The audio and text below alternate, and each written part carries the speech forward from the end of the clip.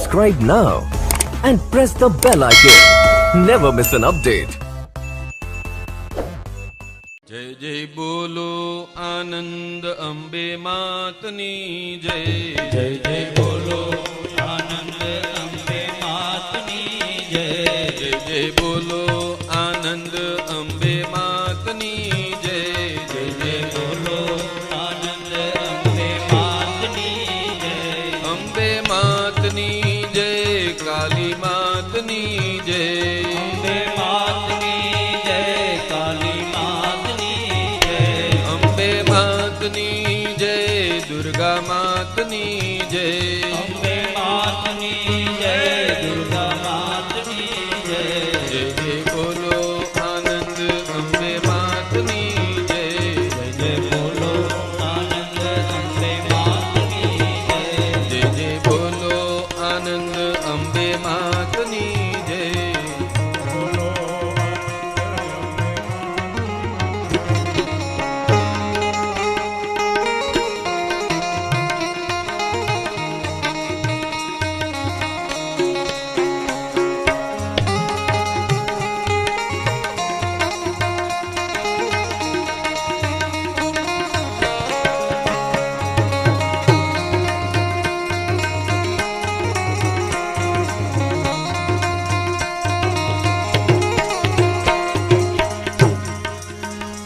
जय जय बोलो आनंद अंबे मातनी जय।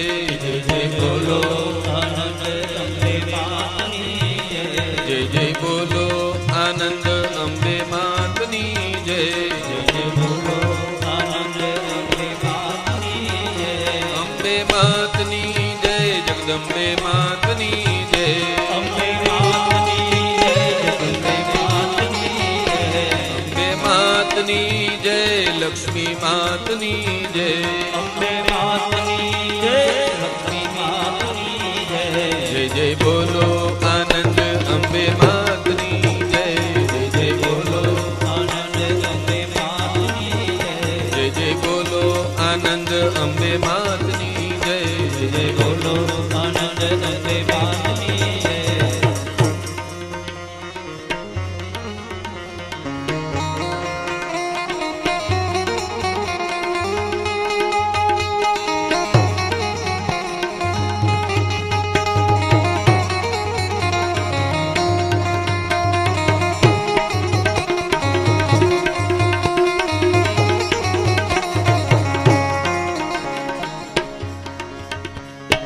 जय जय जय जय बोलो आनंद अंबे मातनी जय।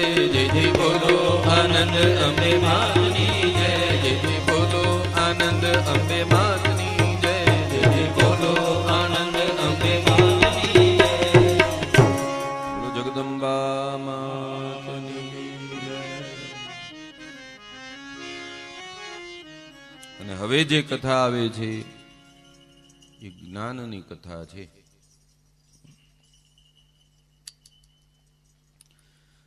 વેદ વ્યાસજી કહે છે કે હે રાજન સાંભળો કે આ સંસાર છે ને એ દુખાલય છે। આ સંસારમાંથી બધે દુઃખ જ મળે છે અને ભગવાનની કૃપા વગર કોઈ મોહ માયા થી બચી શકતું નથી। જો ભગવાનની કૃપા હોય તો એનાથી કદાચ બચાય। હવે એક વખત આ બહુ સરસ કથા છે।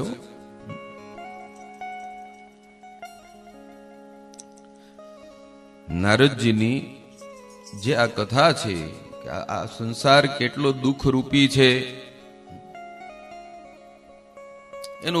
એનો અનુભવ છે એ સંસારીને થાય તો વિરક્ત નહીં અનુભવ જોયો હોય પણ આમાં તો નારદજીને પ્રત્યક્ષ કરાવી દે છે। અને આ મોહ માયા છે ને એમાંથી કોઈ બચી નથી શકતા આવું કઈ અને વેદ વ્યાસજી છે જન્મે જયજીને કહે છે કે એક સમયે શ્રી નારદજી મહારાજનું સરસ્વતી નદીના પાવન તટે વિદ્યમાન સામ્યપ્રાસ નામનો જે મારો આશ્રમ છે એમાં આગમન થયું. નારદજી મારા આશ્રમમાં પધાર્યા છે. તો નારદજીનું મેં વિધિવત પૂજન કર્યું છે અને કહ્યું કે હે મુનિ, આ સંસારમાં કે અસારે અસ્મિસ્તુ સંસારે પ્રાણીનામ કિમ સુખમ મુને. હે મુને, આ સંસારમાં ક્યાંય પણ સુખ નથી, તો આ જગત સારહીન છે. આ જગતના બે મહાન વિદ્વાનોનો સત્સંગ છે. કે વેદવ્યાસજી મહાન ઋષિ છે, તો દેવર્ષિ નારદજી બ્રહ્મ ઋષિ છે.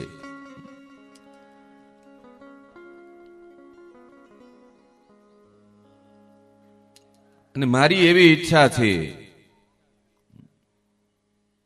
કે પાલેશ્વર મહાદેવનું સાનિધ્ય છે, નવદુર્ગાનું કાલીનું સાનિધ્ય છે. માં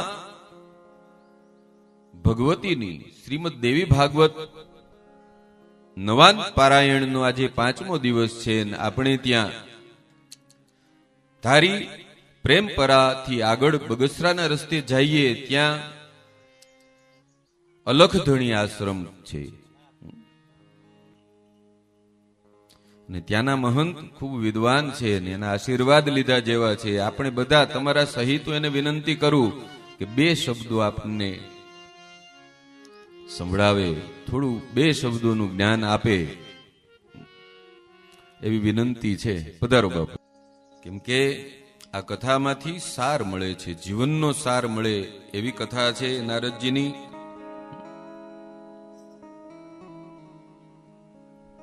તો વેદવ્યાસજી નારદજીને કહે છે કે હે મુનિ, આ સંસારમાં ક્યાંય પણ સુખ નથી, તો આ જગત સારહીન છે. મને જ જુઓ, મારો જન્મ થયો એક દ્વીપમાં. જન્મ લેતા જ મારી માતાએ મારો પરિત્યાગ કરી દીધો, મને છોડી દીધો છે એમ વેદવ્યાસજી કહે. અને પુત્રની પ્રાપ્તિની ઈચ્છાથી મેં ભોલેનાથની ઉપાસના કરી, ભોળાનાથની ઉપાસના કરી અને સુખદેવજી મને પુત્રના રૂપમાં પ્રાપ્ત થયા. સુખદેવજી મળ્યા પુત્રના રૂપમાં, પરંતુ તે પણ મને વિરહમાં વ્યાકુળ છોડી અને ચાલ્યા ગયા. તો હે નારદજી, આ સંસાર છે ને એ મિથ્યા છે. અને એવું જાણવા છતાં પણ હું માયા પાશમાં બંધાઈ રહ્યો છું.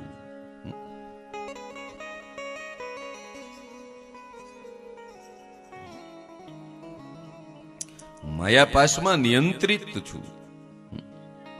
કે જાનન મિથ્યેતિ સંસારમ માયા પાશ નિયંત્રિત.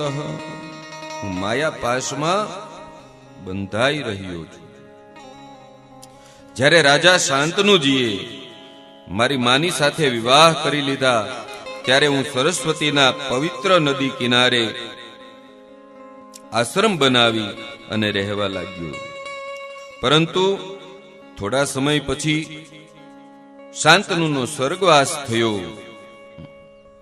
જેનાથી મારી માં વિધવા થઈ ગઈ. ત્યારે ભીષ્મજીએ 2 પુત્રો વાળી મારી માતાને પાળી છે, માતા બનાવીને રાખી છે.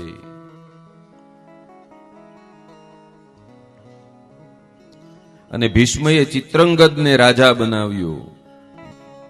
થોડા સમય પછી ચિત્રંગદનું પણ મોત થઈ જાય છે, ચિત્રાંગદનું.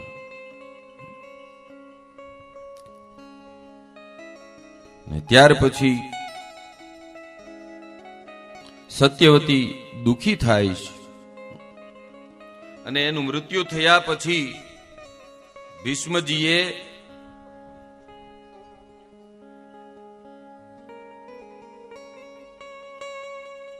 કાશીરાજને જીતીને એમની બે સુંદર પુત્રીઓને લઈ આવીને માતા સત્યવતીને અર્પણ કરી છે. અને ચિત્રંગદને રાજા બનાવ્યો છે. ઓનું મૃત્યુ થાય છે એટલે પછી તો નાનો ભાઈ ચિત્રંગદ છે એને રાજા બનાવ્યો ભીષ્મએ. અને પોતાની તાકાતે કાશીરાજમાંથી નિમંત્રણ નહોતું મળ્યું તો પોતાની તાકાતે બંને કન્યાઓને લઈ આવે છે અને એની માતાને સોંપે છે અને એમના વિવાહ સંસ્કાર કરાવે છે. માતા સત્યવતીને કહે છે કે હે માતા, આ બંને કન્યાને હું લઈ આવ્યો છું. અને માતા સત્યવતીએ એ બંને પુત્રીઓના વિવાહ છે એ ધનુર્ધર વિચિત્ર વીર્યની સાથે કર્યા છે. ચિત્રંગદનું મૃત્યુ થયું પછી વિચિત્ર વીર્યને ગાદીએ બેસાડ્યા. એની સાથે બંને કન્યાઓના વિવાહ સંસ્કાર કર્યા. હવે એને ક્ષયનો રોગ લાગ્યો અને જુવાનીમાં જ એનું મૃત્યુ થયું. એને રાજયક્ષમાં રોગ કહે છે આમાં મહાભારતમાં. વિચિત્ર વીર્યના મૃત્યુ પછી માતા સત્યવતીને ખૂબ દુઃખ થયું છે કે અહીંયા વંશ પૂરો થઈ જશે. સત્યવતીએ મને હસ્તિનાપુર બોલાવ્યો અને કુરુવંશ નષ્ટ થઈ જવાની ભીતિથી મને અંબિકાને અંબાલિકાને સંતાન પ્રાપ્ત કરાવવાનું કહ્યું. અને ભીષ્મજીના સમજાવવાથી મેં એ મારી માતાની વાત સત્યવતીની વાત છે એ માની લીધી. માતાની પ્રાર્થનાને સ્વીકાર કરી. અને જ્યારે હું એ ભાવથી પ્રયુક્ત થયો, અંબિકા મારી સામે આવી તો ડરથી એમની આંખો બંધ થઈ. તો મેં ક્રોધથી એમને પણ શ્રાપ આપ્યો કે તારો સંતાન નેત્રહીન થશે. એ ધૃતરાષ્ટ્ર, અંબાલિકા આવે છે મારી સામે આવે તો એ પીળી પડી જાય. એને કીધું કે તારું સંતાન પાંડુ રોગયુક્ત જન્મશે. અને 1 વર્ષ વ્યતીત થયા પછી એ સંતાનોનો જન્મ થાય છે. એકને અંધપુત્ર આવે છે, એકને પાંડુ રોગયુક્ત પુત્ર આવે છે. ધૃતરાષ્ટ્રને પાંડુ. વર્ષ દિવસ પછી ફરી અંબિકાને મોકલવાનું એમની માતા એની આજ્ઞા કરે છે, પણ એ નથી આવતી ને દાસીને મોકલે છે. અને ત્રીજું સંતાન આપું છું એ વિદુરજી છે.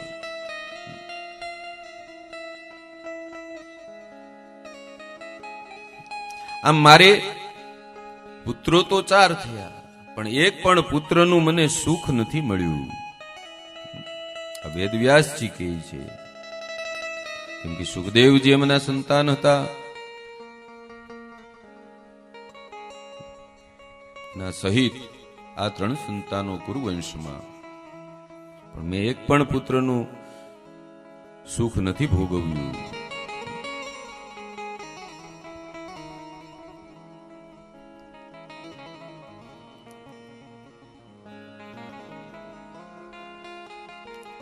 અને આમ જોઈએ તો જે કુરુવંશમાં રાજવી થયા ધૃતરાષ્ટ્ર આદિએ પણ સુખ ન ભોગવ્યું.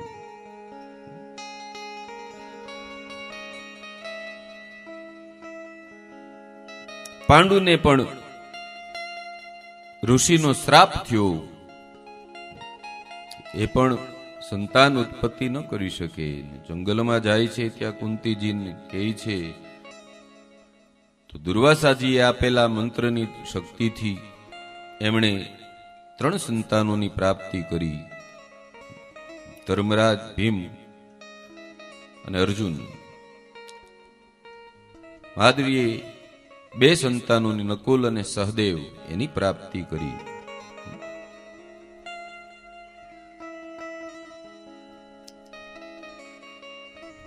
અને શ્રાપના કારણે એક દિવસ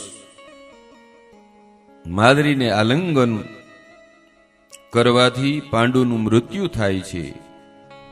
એને આલિંગન કરે છે તો ઋષિનો શ્રાપ હતો ને, મૃગના સ્વરૂપમાં પાંડુએ એને બાણ માર્યું છે. એ સમયે એને શ્રાપ આપ્યો હતો.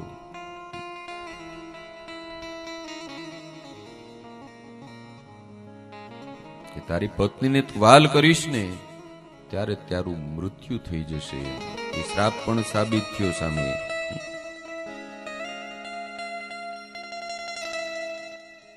અને ત્યાર પછી ધૃતરાષ્ટ્રના દુષ્ટ પુત્રોએ પાંડવોને મારવાના અનેક પ્રયાસો કર્યા, પરંતુ ભગવાન શ્રી કૃષ્ણની કૃપાથી એ બધા પ્રયાસોમાંથી બચી ગયા. એનું કાંઈ બગાડી ન શક્યા. અને ભગવાન શ્રી કૃષ્ણની કૃપાથી પાંડવોએ રાજસૂય યજ્ઞ કર્યો. અને ત્યારે હું, વેદવ્યાસજી કહે છે કે હું ખૂબ પ્રસન્ન થયો, પરંતુ હે નારદજી, એવું લાગે છે કે આ બધી તો ફક્ત માયા છે. કોણ કોનો પુત્ર છે, કોણ કોનો મિત્ર છે, કોણ કોનો પિતા છે, કોણ કોની માતા છે, આ તો ફક્ત ભ્રમ હોય ને એવું મને લાગે છે. કેમ કે આ જગતના મહાન બે વિદ્વાનો છે, વેદવ્યાસજી અને નારદજી. વેદવ્યાસજી આ નારદજીને બધી વાત કરે છે. આ બધો જગતનું જે કાંઈ છે ને એ માત્ર માણસનો ભ્રમ છે.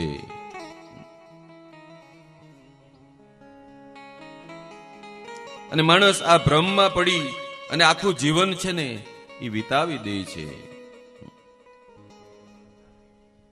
કે યહ સબ માયા કર પરિવારા, યહ સબ માયા કર પરિવારા, પ્રબલ અમિતિ કો બરને પારા, યહ સબ માયા કર પરિવારા, પ્રબલ અમિતિ કો બરને પારા.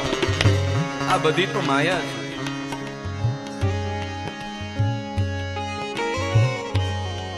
અને એ ભ્રમણાઓમાં માનવી છે એ પોતાનું આખું જીવન ગુમાવે છે. માયામાં ફસાયેલો રહે છે કે અમારું ધન, અમારી મિલકત, અમારો પરિવાર, કુટુંબ, અમારો વૈભવ, આ ખોટો ભ્રમ છે. ને મૃત્યુ થાય ને તો કોઈ રાખે છે? નથી રાખતું.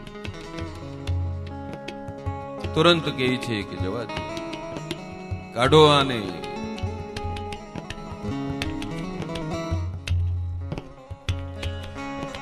આવી રીતે વેદવ્યાસજી પણ પશ્ચાતાપ કરે છે, સંતાપ કરે છે કે મેં 18 પુરાણોની રચના કરી, મહાભારત રચ્યું, વેદોનો સાર ઉતાર્યો છે, દેવી ભાગવતની રચના કરી.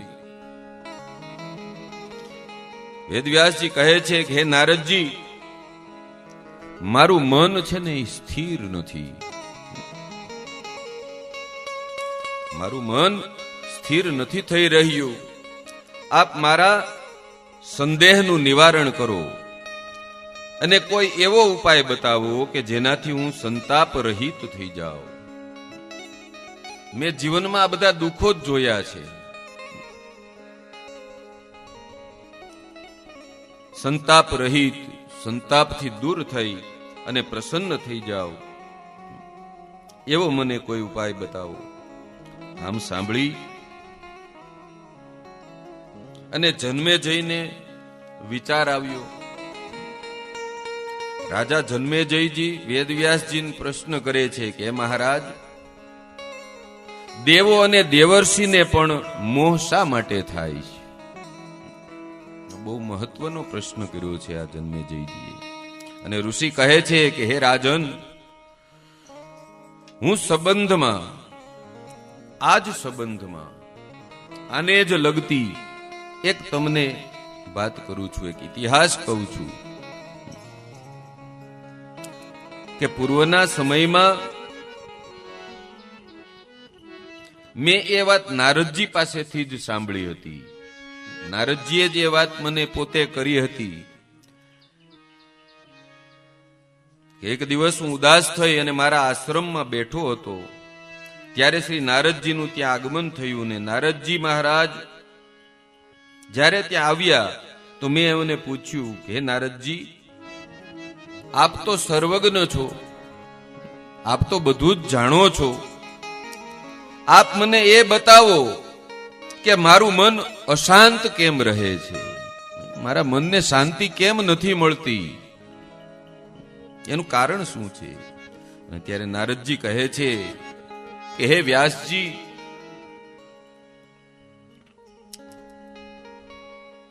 આ આપ પૂછો છો કે આપનું મન અશાંત કેમ રહે છે? આપ તો બધા વેદોના પરમ જ્ઞાતા છો, આપનાથી મોટો આ જગતમાં કોઈ બીજો વિદ્વાન નથી, અને આપ આવો પ્રશ્ન કરો છો કે આપનું મન શાંત કેમ રહે?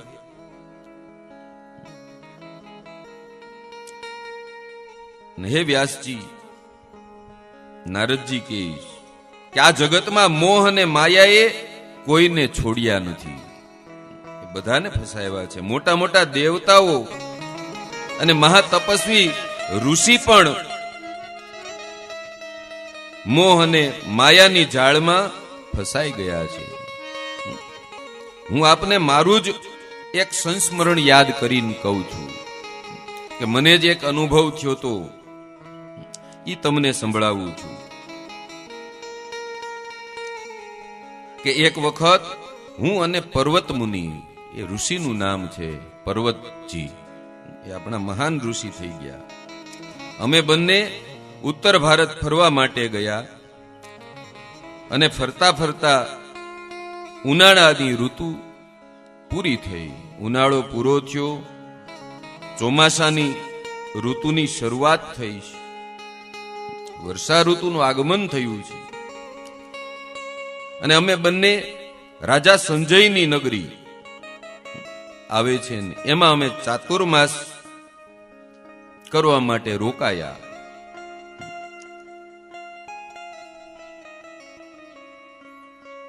કે ચાતુર્માસ છે આ સંજયની નગરીમાં આપણે વિતાવીએ, કે સાધુ સંતોષી ચાતુર્માસમાં એક જ સ્થળે રહી જપ તપ અને જ્ઞાન એનું ઉપાર્જન આદાન પ્રદાન કરે છે, એવો સમય છે.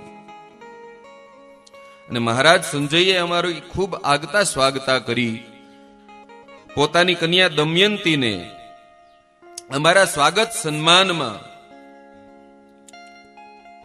મોકલી છે, એમને રાખી છે કે અમારું સ્વાગત સન્માન કરે છે અને ખૂબ કાળજીપૂર્વક ધ્યાન રાખે. અને તે કન્યા છે ને વિદુષી હતી, મહાન વિદ્વાન હતી, ખૂબ જાણકાર હતી. એના પિતા પણ ધર્મપરાયણ, એનું સંતાન છે એ ધર્મપરાયણ જ હોય, એ ખૂબ ધર્મપરાયણ હતી. તે અમારા લોકોની દરેક પ્રકારે સેવા કરતી હતી. અમે વેદાંતનો અભ્યાસ કરતા અને વીણા ઉપર સામવેદનું ગાયન કરતા તો એ એમને ધ્યાનપૂર્વક સાંભળતી. અને નારદજી કહે છે કે હે વેદ વ્યાસજી, હે વ્યાસજી, મારા મધુર સ્વરોના ગાયન ઉપર, વીણાના મધુર સ્વરોના ગાયન ઉપર દમયંતી મોહિત થઈ ગઈ અને મારું મન પણ ચલાયમાન થઈ ગયું.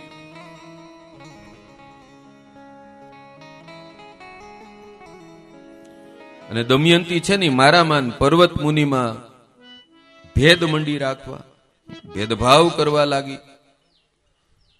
અને જ્યારે પર્વત મુનિને આ રહસ્યનું જ્ઞાન થયું તો પર્વત મુનિએ ક્રોધમાં આવી જાય છે. અને ક્રોધમાં આવી અને એમણે મને શ્રાપ આપી દીધો કે તું અત્યારે જ વાંદરાના મુખ વાળો થઈ જા.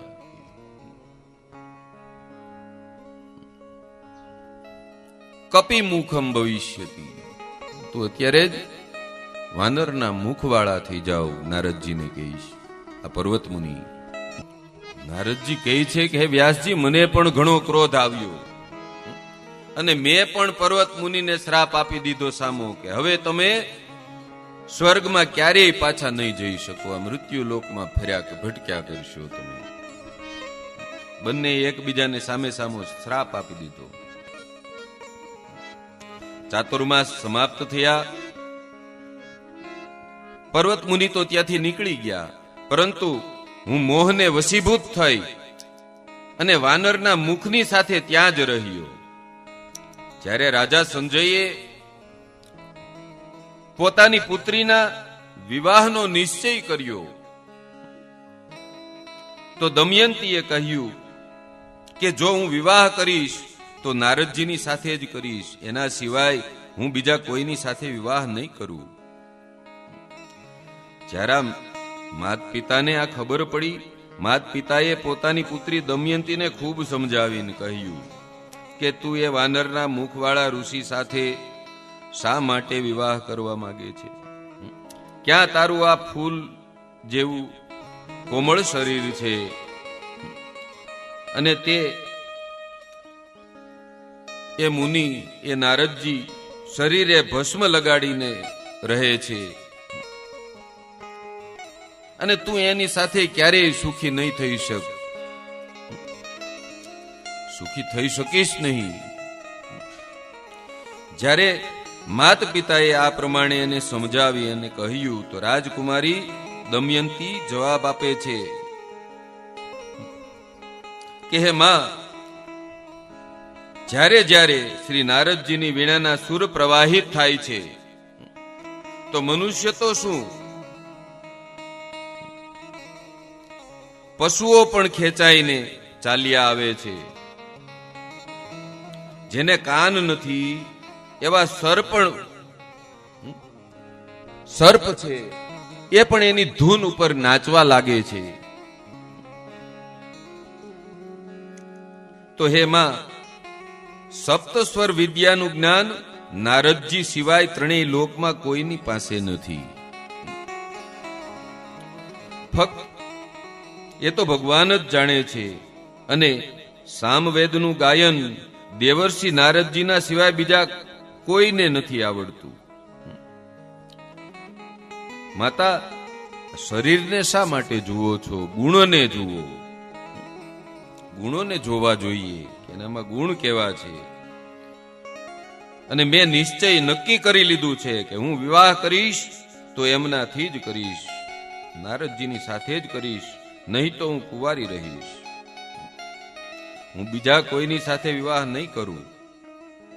પુત્રીના દ્રઢ નિશ્ચયને જોઈ અને માતા પિતાએ એમની પ્રસન્નતા માટે શુભ લગ્ન શુભ મુહૂર્તમાં શ્રી નારદજીની સાથે દમયંતીના વિવાહ છે ને એ સંપન્ન કરી દીધા. નારદજીની સાથે એમના વિવાહ સંસ્કાર કરી નાખે છે. અને એક દિવસ દેવયોગથી પર્વત મુનિ પણ ફરતા ફરતા ત્યાં પાછા આવી ગયા. નારદજી કહે છે કે અમે પર્વત મુનિનું ઉત્તમ સ્વાગત કર્યું, એનો ખૂબ સત્કાર કર્યો અને પર્વત મુનિને પણ ત્યાર પછી કન્યા ઉપર દયા આવે છે, આ દમયંતી ઉપર. અને પર્વત મુનિએ પોતાના પુણ્યના પ્રભાવથી નારદજીને આપેલો શ્રાપ છે ને પાછો ખેંચી લીધો. તો નારદજી ફરી પાછા પોતાના સુંદર મુખવાળા થઈ ગયા. નારદજીને પણ પ્રસન્નતા થાય છે અને નારદજીએ પણ પોતાનું શ્રાપ પાછો ખેંચી લીધો કે જેથી પર્વત મુનિ સ્વર્ગમાં પણ જઈ શકે. નારદજી કહે છે આવી રીતે કે હે વ્યાસજી, આપ તો માયાથી પર છો, આપ તો બધું જાણો છો, વિદ્વાન છો, માયાથી પર છો, છતાં પણ આપ માયામાં કેવી રીતે ફસાઈ ગયા?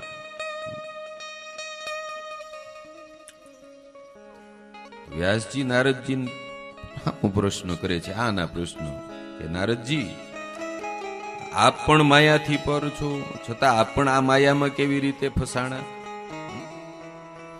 આપ સ્ત્રી કેવી રીતે બન્યા? આપ ફરી પુરુષના રૂપમાં કેવી રીતે આવી ગયા?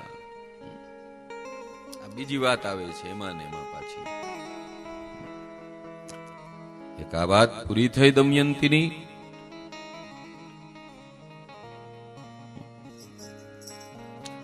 નારદજી કહે છે કે વ્યાસજી, વસ્તુતઃ માયાથી કોઈ બચી શકતું નથી. મૂળ વાત એ છે કે માયાથી કોઈ બચી શકતું નથી. માયાથી તો એ જ બચી શકે જેને ભગવાન બચાવવા ચાહે છે. ભગવાન ઈચ્છે ને તો એ જ બચી શકે. તુલસીદાસજી કહે છે ને કે જગુ પેખન તુમ્હ દેખ નિહારે, વિધિ હરિ શંભુ નવાન નિહારે. તે ઉન જાનહી મરમુ તુમ્હારા, और तुम्हीं को जान निहारा. सोई जानई जेहि देहु जानई, जानत तुम्हीं हो जाह.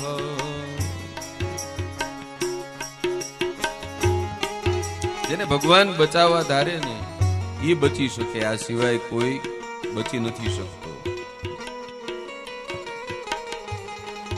એક વખત હું ભગવાન શ્રી હરિના દર્શન કરવા માટે શ્વેત દ્વીપ ગયો.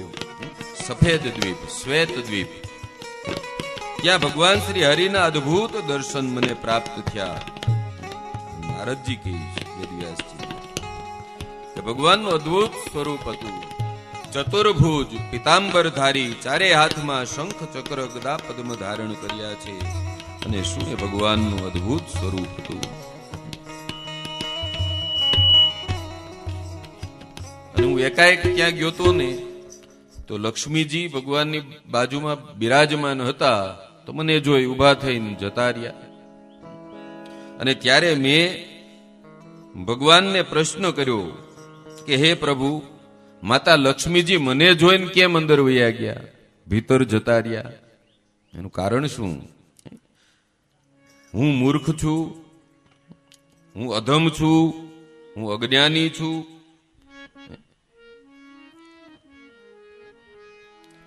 હું તો તપસ્વી સદાચારી છું. ત્યારે ભગવાને સ્મિત વેરતા કહે છે, ધીમું ધીમું હાસ્ય કરતા ભગવાન નારાયણ કહે છે કે હે નારદજી, કામ શાસ્ત્રનો નિયમ છે કે સ્ત્રીએ પર પુરુષની સામે પતિના ડાબી બાજુમાં બેસવું ન જોઈએ. એ સમજાવે છે ભગવાને નારદજીને કે હે દેવર્ષિ, જે પર્ણ ખાય અને તપી રહ્યા છે, તપ કરી રહ્યા છે, જેણે સાંખ્ય શાસ્ત્ર ભણ્યા છે, તે પણ માયાથી બચી નથી શકતા. અને માયા એમના માટે પણ અજેય છે કે જો માયા સબ જગ હી ન ચાવા, જો માયા સબ જાસુ ચરિત લખી કાહુ ન પાવા.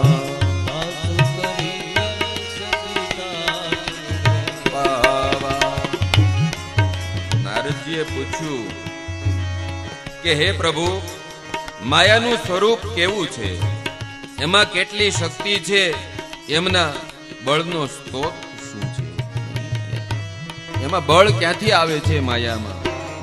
આપ મને સ્પષ્ટતા કરવાનું કષ્ટ લ્યો, મને એની ચોખવટ કરો. ત્યારે ભગવાન કહે છે કે ચાલો આજે હું તમને છે ને મૃત્યુ લોકમાં માયાના જ દર્શન કરાવી દઉં, કે માયા શું છે એ પ્રત્યક્ષ તમને અનુભવ કરાવી દઉં. એમ કહી અને ભગવાને પોતાના ગરુડને આજ્ઞા કરી કે ચાલો આવી જાઓ.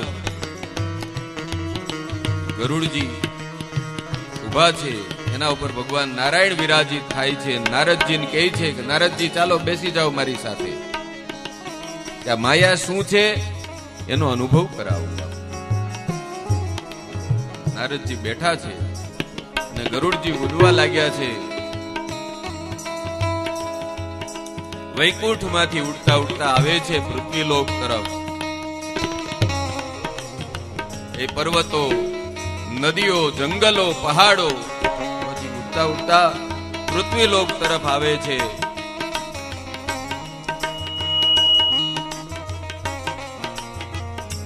પૃથ્વીલોકમાં આવી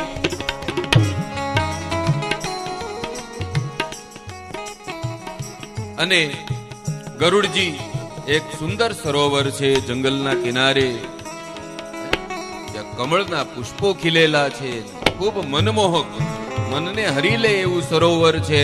એના કિનારે અમને ઉતાર્યા. અમે ત્યાં સરોવરના કિનારે હું ને ભગવાન નારાયણ ઉતર્યા. તો ભગવાન નારાયણે મને કહ્યું કે હે નારદજી, આપ આ સરોવરમાં સ્નાન કરો. અને નારદજીએ જેવું સરોવરમાં સ્નાન કર્યું કે તરત જ સરોવરમાં નારદજી ડૂબકી મારે છે સ્નાન કરવા માટે. ડૂબકી મારીને બહાર નીકળે છે તો નારદજી પોતે સ્ત્રી બની ગયા, સ્ત્રી બની જાય. નારદજી કહે છે ઈ ડૂબકી મેં મારી તો હું સ્ત્રી બની ગયો, અને હું નારદજી હતો ઈ પણ ભૂલી ગયો. બહાર નીકળી અને હું વિચાર કરું કે હું કોણ છું, ક્યાંથી આવી છું, મારે હવે ક્યાં જાવું. તો એક વૃક્ષના થડ પાસે એ સ્ત્રી સ્વરૂપે નારદજી વિરાજિત થાય છે અને બેઠા બેઠા રડવા લાગે છે સ્ત્રીના રૂપમાં. અને સંયોગવશ ત્યારે જ એક તાલધ્વજ નામનો રાજા છે ને, એ સૈનિકોની સાથે ત્યાં આવી ચડે છે. આ સરોવરના કિનારે આજે નારદજી બેઠા હોય ત્યાં જ ત્યાં આવે છે. એ સુંદરીને જોઈને કહે છે કે આપ કોણ છો, અને આ જંગલમાં ક્યાંય સ્ત્રી ન હોય, ત્યાં આપ એકલા બેઠા બેઠા રડો છો. આપ કોણ છો? હું આપની સાથે વિવાહ સંસ્કાર કરવા માંગુ છું. ત્યારે સ્ત્રીના સ્વરૂપમાં કે હું જવાબ આપું છું કે હું કોણ છું એ મને ખબર નથી, મારો વંશ કોણ છે ઈ મને ખબર નથી, અને છતાંય આપ મારી સાથે વિવાહ સંસ્કાર કરશો. ત્યારે તાલધ્વજ કહે છે કે હા, હું આપની સાથે વિવાહ કરીશ.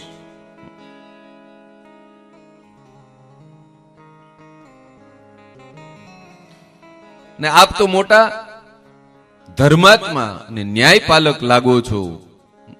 એવું એ સમયે સ્ત્રીના રૂપમાં નારદજી એને કહે છે. અને હું આપની સાથે વિવાહ કરવા માટે તૈયાર છું, હું આપની સાથે વિવાહ કરીશ, આપ મારી સાથે વિવાહ કરી લ્યો. બોલો ભક્તવત્સલ ભગવાનની. ભગવાનની માયાથી થયું છે. નારદજી ભૂલી ગયા કે હું નારદ છું, સ્ત્રી બની ગયા. નારદજી કહે છે કે વ્યાસજી, ત્યાં એમની સાથે મારા વિધિવત વિવાહ સંપન્ન થયા. રાજમહેલે લઈ ગયા, વિવાહ થઈ ગયા, અને કામ ક્રીડામાં રત રહી અને ઘણો સમય પસાર કર્યો. અને કાલાંતરમાં મારા 20 પુત્રો થયા, અને પુત્રોના પણ વિવાહ થયા, એમના પુત્રોના પણ વિવાહ થયા.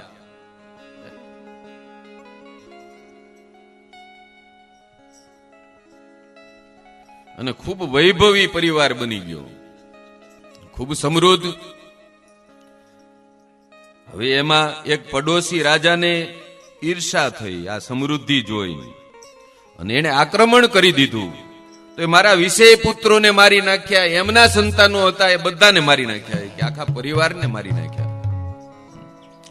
ને મને ખૂબ દુઃખ થયું કે મારા સંતાનોને આ રાજાએ મારી નાખ્યા, એના સંતાનોને પણ મારી નાખ્યા, મારા પરિવારને સાફ કરી દીધો. કે મને ખૂબ સંતાપ થયો એ સ્ત્રીના રૂપમાં, અને વિલાપ કરવા લાગી, અને પુત્ર શોકમાં હું રડવા લાગી. એ સમયે એક બ્રાહ્મણ, વૃદ્ધ બ્રાહ્મણ લાકડીના ટેકે ત્યાં આવ્યા, અને એણે સાંત્વના આપતા કહ્યું કે આપ વિચાર તો કરો કે આપ કોણ છો, આત્મચિંતન કરો. આ સંતાપ ફક્ત મોહવશ છે, એ તમારો જે મોહ છે ને એનો સંતાપ છે.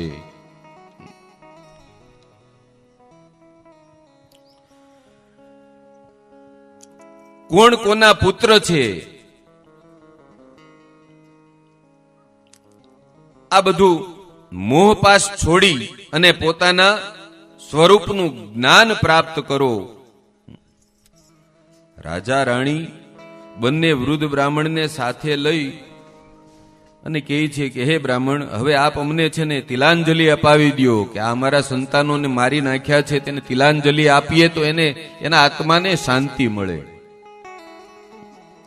અમારા સંતાનો ને એના સંતાનો સહિત આખા પરિવારને આ રાજાએ મારી નાખ્યો છે, અમારું રાજ્ય લઈ લીધું છે, અમે દુખી છીએ કે ખૂબ આવો સંતાપ કરે છે. તો એ બ્રાહ્મણ કહે છે કે ચાલો એમ કરીએ. અને ત્યારે એ વૃદ્ધ બ્રાહ્મણ છે ને એ સરોવરે લઈ આવે છે પાછા એને,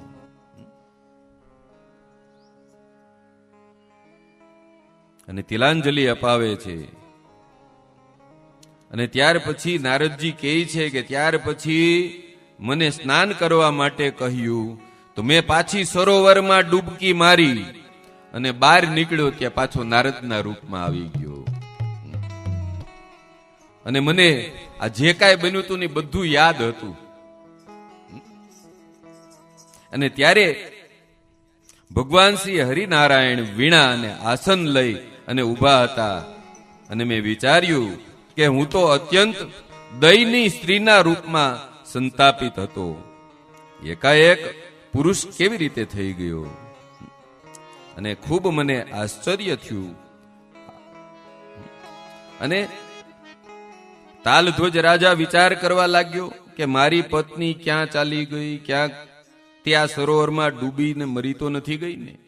એ વિલાપ કરવા લાગ્યો, અરે મારી સુંદર પત્ની ક્યાં જતી રહી, તારા વગર મારું આ આખું જીવન વ્યર્થ થઈ ગયું.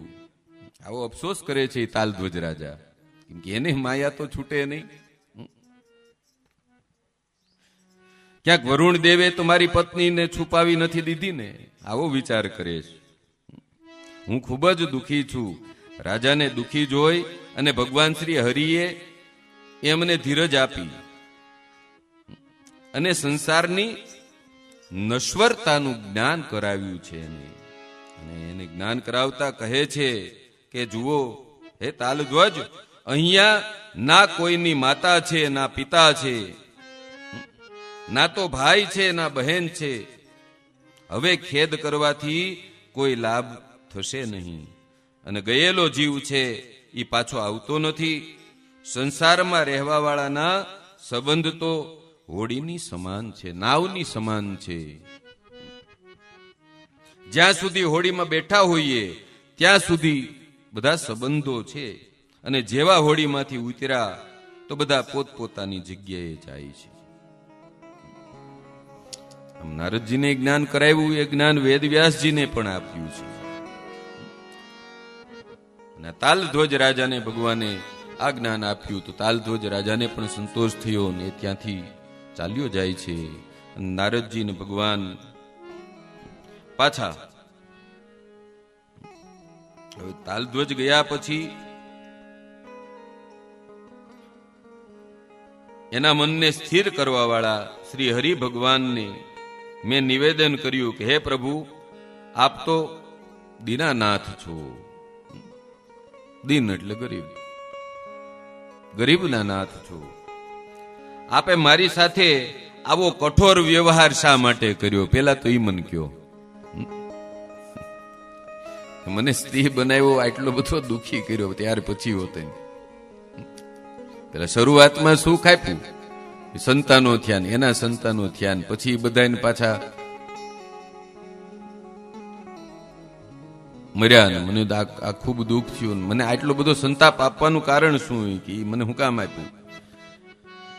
મેં એવો કયો અપરાધ કર્યો હતો કે આપે મને સ્ત્રી બનાવી દીધી? અને ત્યારે ભગવાન કહે છે કે હે નારદજી, એ જ તો માયાનો વિલાસ છે, એ જ તો માયાનું અદ્વિતીય સ્વરૂપ છે, એનું નામ જ માયા છે. હે નારદજી, આપને જે લાગી હતી ને, આપ સંતાપ કરતા હતા કે મારા સંતાનો, મારો પરિવાર, એ જે વલોપાત કરતા હતા, એ તો માયા છે. અને માયાનું અદ્વિતીય સ્વરૂપ છે. ક્યારે શું કેવી રીતે થશે કોઈ નથી જાણતું. બ્રહ્માજી અને મહેશ પણ અસમર્થ થઈ જાય, એ પણ સમર્થ નથી આ માયાને જીતવામાં. આને સમજવામાં હવે તમે મારી સાથે વૈકુંઠ આવો અને કાંઈ પણ મનમાં વિચારો નહીં, એમ કહી અને ભગવાન શ્રી હરિ ગરુડ ઉપર સવાર થઈ અને નારદજીને સાથે લઈ ગયા. અને નારદજી ત્યાં જાય છે, ત્યાંથી પછી બ્રહ્મલોકમાં ગયા છે. બ્રહ્મલોકમાં બ્રહ્માજી નારદને જોઈ અને હસવા લાગ્યા છે. બ્રહ્માજીને પણ ખ્યાલ આવી ગયો, બ્રહ્માજી હસે છે. અને નારદજીને કહ્યું કે હે નારદ, તમે ઉદાસ ન થાઓ, એવી જ ભગવાનની માયા છે અને આ માયાને કોઈ જીતી નથી શકતું. મોહ અને માયા છે, એને જીતવી અશક્ય છે. ભગવાન કહે છે કે પુત્ર નારદ, સમસ્ત દેવો, મહાત્મા, મુનિ, તપસ્વી આદિ આ મહામાયાને જીતવામાં અસફળ રહે છે.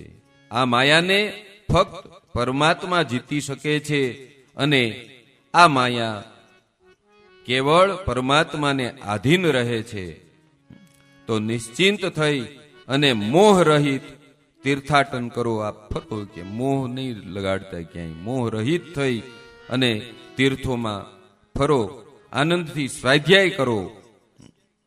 ત્યારે વ્યાસજી કહે છે કે હે રાજન, હે જન્મેજયજી, નારદજીની વાત માની અને મેં પણ નિશ્ચિંત ભાવથી રહેવાનું નક્કી કર્યું અને હું પણ નિશ્ચિંત ભાવથી રહેવા લાગ્યો. અને મેં શ્રીમદ દેવી ભાગવતની રચના કરી અને આ પુરાણ સંપૂર્ણ પુરાણોનો સાર છે. સમસ્ત વેદોની તુલના કરવા વાળું જે પણ નિયમિત આ શ્રીમદ દેવી ભાગવતનો પાઠ કરે કે શ્રવણ કરે તો એ પરમ જ્ઞાની બને છે. એવું અતિ પાવન કાર્ય શ્રીમદ દેવી ભાગવત મહાપુરાણ છે, આવું કહે છે. અને અહીંયા છઠ્ઠો સ્કંદ પૂર્ણ થાય છે. છઠ્ઠો સ્કંદ છે એ આપણે માં જગદંબાના પરાંબાના ચરણોમાં અર્પણ કરીએ છીએ. બોલો જગદંબા માત કી જય. જય અંબે, બોલો આનંદ માત કી જય. જય જય અંબે, બોલો કાલી માત કી જય. બોલો આનંદ અંબે માતની જય. જય જય બોલો આનંદ અંબે માતની જય. અંબે માતની જય, રાંદલ માતની જય. અંબે માતની જય, રાંદલ માતની જય. અંબે માતની જય, રાંદલ માતની જય.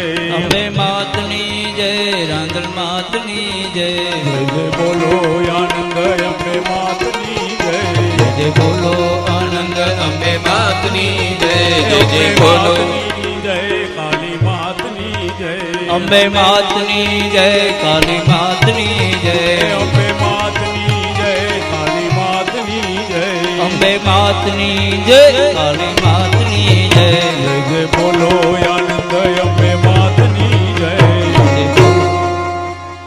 બોલો જગદંબા માતની